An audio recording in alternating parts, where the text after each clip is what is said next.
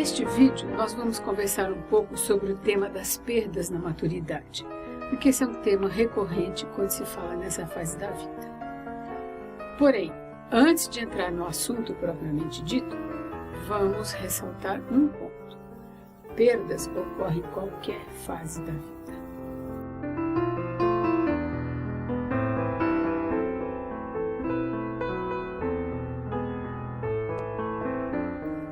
Por exemplo, quando aparece na família o irmãozinho, se perde o posto de filho único. Isso é típico da primeira infância. Ou então, perder a liberdade de não dar mais satisfação dos seus horários, quando você se casa e compartilha sua vida com outra pessoa. É uma perda típica do adulto jovem. E assim por diante. Só que essas perdas não são valorizadas. Elas são valorizadas na maturidade. E eu diria que esse é mais um dos preconceitos que cerca a nossa visão de maturidade. Quando pensamos nas perdas que ocorreram ao longo da vida, costumamos despertar um séquito de sentimentos. Mesmo que estamos pensando sobre fatos que ocorreram há muito tempo atrás, esses sentimentos podem aparecer muito fortes, muito vivos, muito presentes, atuais mesmo. E eles podem nos prejudicar. Eles podem nos impedir de ver o presente como ele é. E podem nos impedir de planejar o futuro. Eles funcionam como um fardo, como uma trava. Para nos livrarmos desses sentimentos que nos pesam, que nos travam, é preciso, em primeiro lugar, admiti-los. É preciso vivenciar esse período de luto, o que é uma coisa natural depois de uma perda. Daí seremos capazes de reexaminar os fatos e os sentimentos que ocorreram no passado, mas usando a sabedoria que adquirimos hoje, num processo que costuma ser chamado de ressignificação. Então, estamos aptos a aceitar as nossas perdas.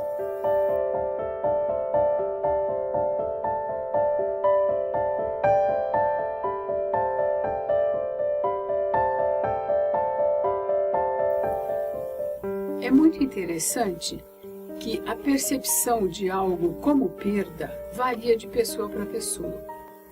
E também a percepção do grau de gravidade de uma perda é totalmente individual. A melhor forma de explicar isso é através de exemplos. Eu me lembro que há muitos anos atrás eu estava dando aula para uma classe só de senhoras com mais de 50 anos. E nós estávamos conversando sobre coisas boas e coisas ruins que acontecem na maturidade.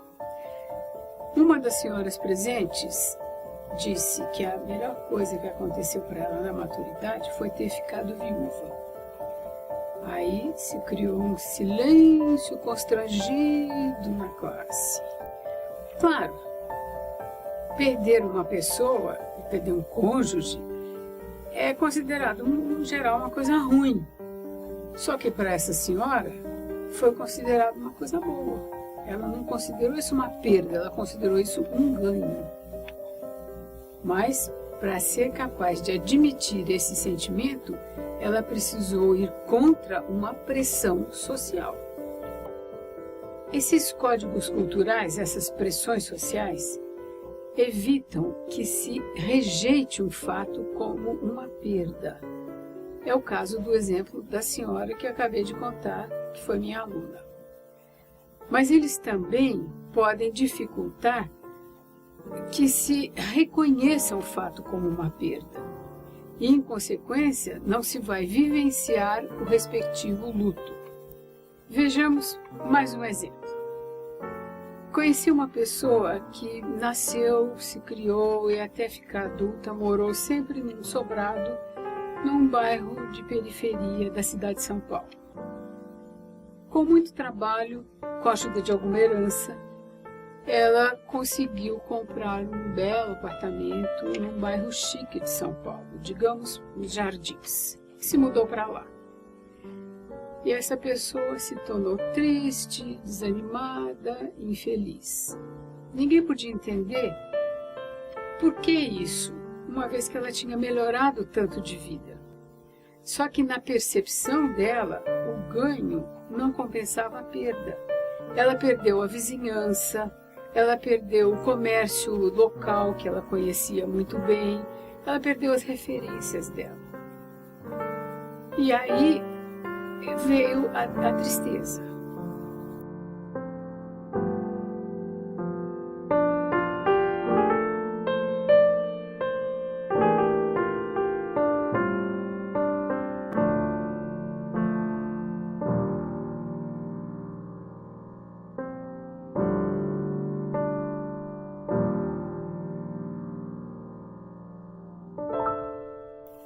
As perdas trazem consequências tanto para a pessoa quanto para o seu grupo de convivência.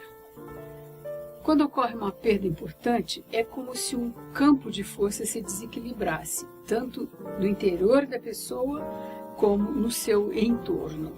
A imagem de um órgão interno que é retirado, eu acho que é muito boa para nós fazermos uma analogia com o que ocorre no processo de perda. Retirado um órgão de dentro do corpo, os que restam precisam de um tempo para se reorganizarem, porque ficou um espaço vazio ali. Emocionalmente, nós também precisamos de um tempo para nos recuperarmos quando ocorreu uma perda.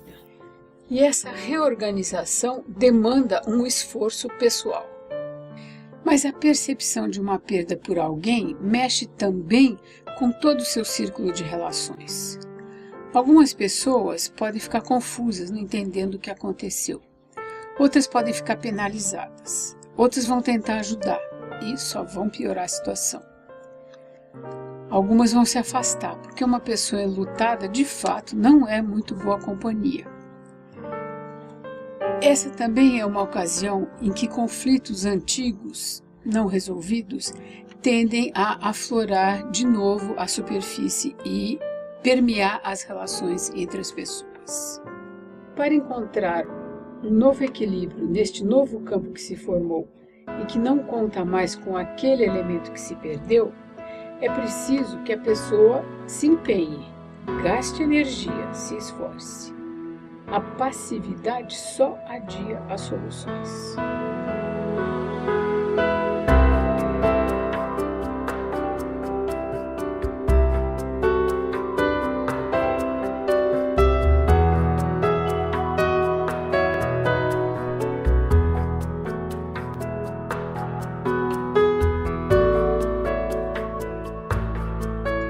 Agora nós podemos passar a considerar alguns fatos que comumente são considerados como perdas na fase de vida da maturidade. São eles a identidade e a morte. Vamos começar pelas perdas referentes à própria identidade da pessoa. Com o envelhecimento, novos fatos vão ocorrendo e é necessário reformular a resposta que se dá à pergunta: quem sou eu hoje? Novas paisagens vão surgindo na vida.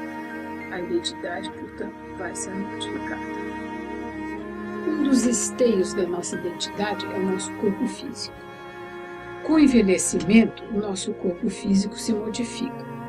Diga-se de passagem, a adolescência também já provocou modificações bastante marcantes. A nossa saúde se modifica, a nossa aparência é outra.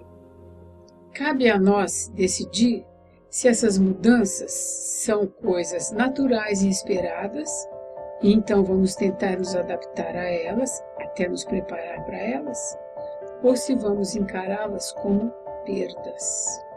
Outro esteio da identidade das pessoas é a sua profissão, é o seu trabalho. A aposentadoria pode representar uma grande perda ou pode representar um ganho. Depende de como a pessoa percebe esta modificação na vida dela.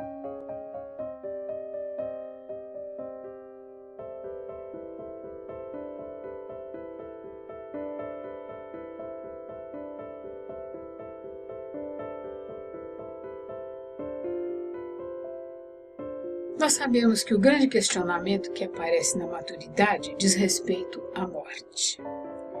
Esse questionamento pode ter aparecido em fases anteriores, só que agora, na maturidade, ele não é mais uma coisa distante e improvável. E mais, ele não diz respeito aos outros. A morte passa a ser percebida como algo que vai acontecer mesmo, que pode não demorar muito e que vai acontecer para a gente, não para os outros. Estas constatações podem desencadear sentimentos fortes, sentimentos angustiantes, questionamentos sobre o sentido da vida ou uma sensação de total impotência diante da morte. A tendência da nossa cultura de não falar sobre morte não ajuda em nada para amenizar esses sentimentos tão desagradáveis. Para superá-los, é preciso reconhecê-los, encará-los, examiná-los e se faz isso falando sobre eles.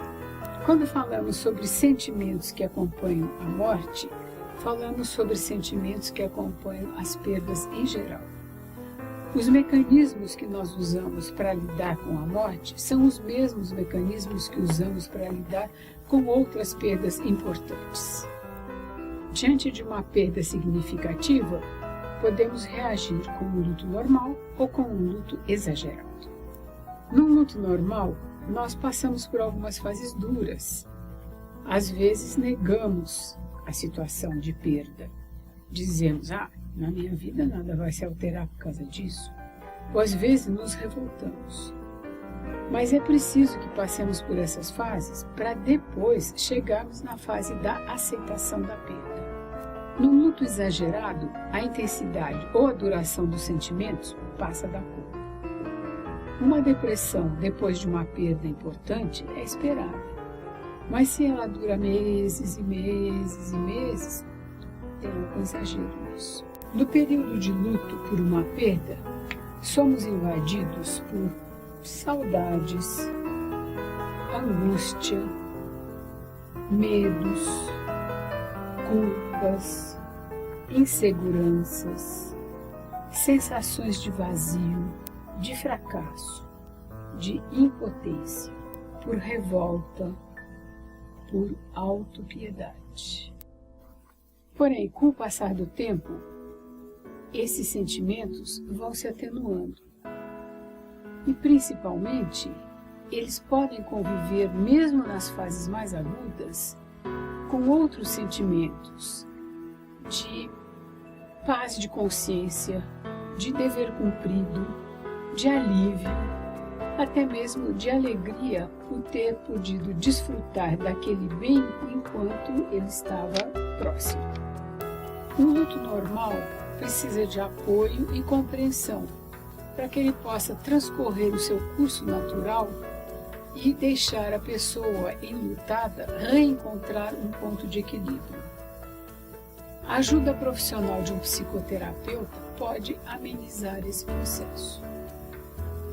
Um luto exagerado já causa mais preocupação e uma ajuda profissional se faz necessária, sob pena de grandes transtornos na vida presente e na vida futura da pessoa enlutada.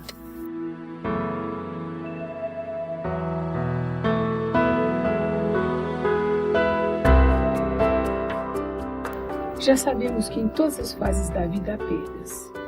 O que varia é a disposição com que a pessoa enfrenta essas perdas. Nós já vimos também que há algumas perdas mais típicas da fase do envelhecimento. Agora, o que podemos perguntar é: existe alguma coisa que se pode fazer para lidar melhor com essas perdas quando elas vierem? A minha resposta é que sim. E que os períodos de calmaria e de felicidade são os melhores para a gente cultivar algumas coisas que vão ser muito úteis depois no momento da perda. Por exemplo, devemos treinar a flexibilidade, que é a adaptabilidade a novas situações, a resiliência. devemos considerar a humildade, representada pelo reconhecimento de que, por vezes, é preciso pedir ajuda e também aceitar ajuda. Devemos praticar a identificação e o reconhecimento de sentimentos em nós mesmos, ao invés de passar por cima deles, de negá-los. É preciso refletir sobre as fases da vida e suas características, sobre a estrada da vida que nos leva a percorrer paisagens diversas, de modo que, quando mudarmos de paisagem, não seremos surpreendidos. É preciso fazer uma avaliação sobre o quanto os objetivos de vida atuais são realistas, estão adaptados à nossa situação atual. E agora, me baseando numa autora americana chamada Gail Sheehy, quero citar mais 4 medidas que podemos ir tomando para que, quando as perdas vierem, nós estejamos mais fortalecidos. Cultivar o bom humor. Além de benefícios físicos e psicológicos, o bom humor facilita a flexibilidade, no sentido de desviar o foco de atenção para outro ponto que não é a dor. Ter uma ocupação ou um trabalho, ter o que fazer a cada dia. Os seus benefícios, além de desviar o foco da atenção da dor, são de favorecer sentimentos de pertencer e de ser produtivo. Desenvolver o relacionamento com pessoas, sejam familiares ou sejam amigos, pois nos momentos difíceis é delas que virá a ajuda. Apoiar-se na dimensão espiritual, não necessariamente concretizada nesta ou naquela religião. A espiritualidade é uma fonte poderosa de conforto e de equilíbrio. Finalmente, puxando a brasa para a minha profissão, eu acrescento a esta lista de itens que podem ajudar no momento de perda a psicoterapia.